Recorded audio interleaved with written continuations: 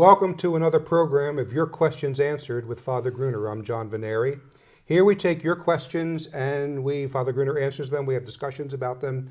Please continue to send us your questions via email. You can see it at the bottom of the screen, questions@thefatimacenter.com. We've been talking about the brown scapular, and Father Gruner gave us a history of the brown scapular going back to the prophet Elias.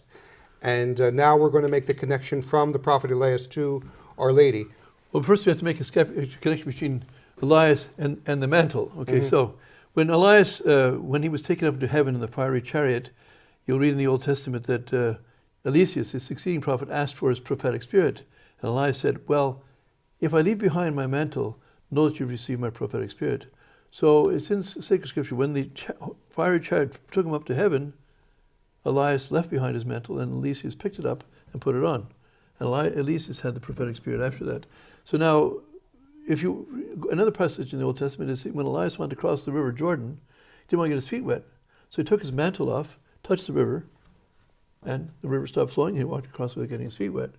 So Elias, the mantle is something that Elias, I think he used it for cures as well, but I can't remember those stories as well. But the point is that it's a sign of his authority, and so it was. Shall we say, it's Elias and his mantle can't be separated, so to speak. So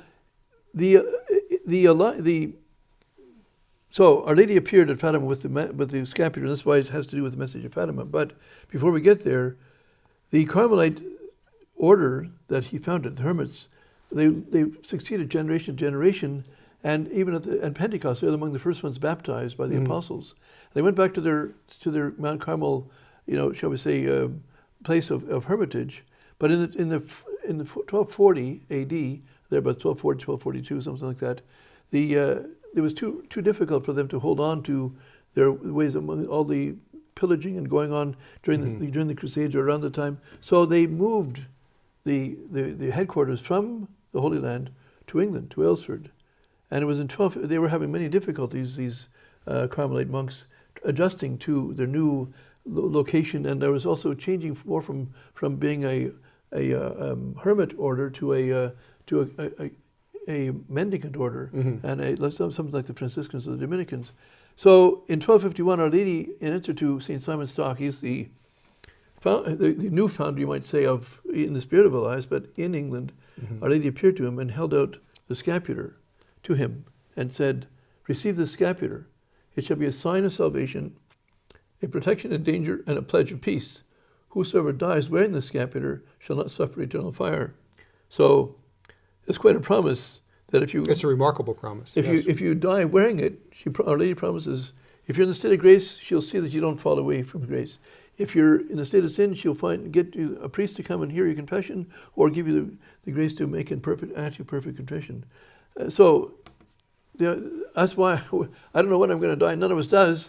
I've been wearing mine in 40 years in anticipation of that hour. But besides that, it's also a promise for this life. It says it should be a sign of salvation, a protection in danger. A protection in danger. I mean, we have booklets. I'd be happy to. People want to write to us for them. Maybe it's up on What's the name of the booklet again? It's Sign of Salvation, I think it's called. That's the name, the one that you publish. We publish, yes. Yes, you can get that from the Fatima Center, the Fatima book, the brown scapular, the Sign of Salvation. You can order it. It's a cloth. I forgot the title. I should remember that too. But my point is that in there you got 100. You have there's hundreds of miracles of people being preserved. You have a priest being shot, with but he put a scapular on. He had a scapular on just before he went to mass. He was late because he forgot his scapular, so he put it on underneath. And when he was shot, the people stopped him after one bullet, but they thought the guy missed. But after mass, they took him when his vestments came off. There was a hole in his vestments, and flattened against the scapular was the bullet, and he was not injured. I mean, I've been a man in Milwaukee, Baltimore, I think it was. In Baltimore, yes. He was also when he was driving his vehicle down the highway, a rock came in and hit him in his pocket, knocked his glasses out of his pocket. He said, "I don't need them anyway." Left them on the chair beside him. Kept driving. When he got home, he went to put his glasses, put them back in. He couldn't put it in. Oh, he says, "It must be the rock is there." He went in to pull out the rock. It was a bullet. Yes, I remember I was there when the man told that story. Yeah. And that's the wonderful thing too about the sacramentals of the church is they're not we're made of body and soul. We're composed of body and soul.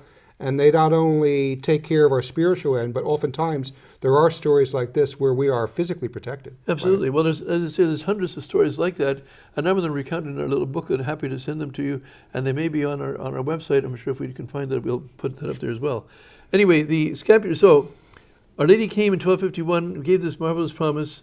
And on that same very day that she gave the promise, St. Thomas Dock was called to the bedside of a man who was dying. And he didn't want to see a priest. Well, he persuaded him to be able to put on a scapular on us. Immediately he was going to go to confession.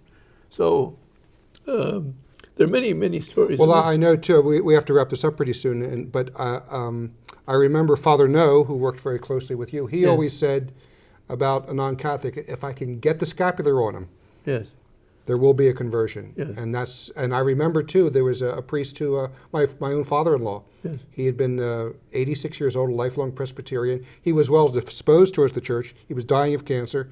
And the priest that went to see him, just before he left, he put the scapular on him. And my father-in-law died a Catholic. yes. 2 weeks, he converted into the faith 2 weeks before he died. Yes, very good. Obviously, there's great graces. So what I think people want to, I don't know how much time we have. Otherwise, We have to wrap it up and go into the next one. Well, I'd like to talk about this, maybe talk about this one more time. Sure. And, Okay. Well, we'll wrap this up. And because when it comes to the scapular, believe me, there is a lot to talk about. It has a rich history, tremendous amount of miracles and graces that go with it. And we'll pick it up on the next program.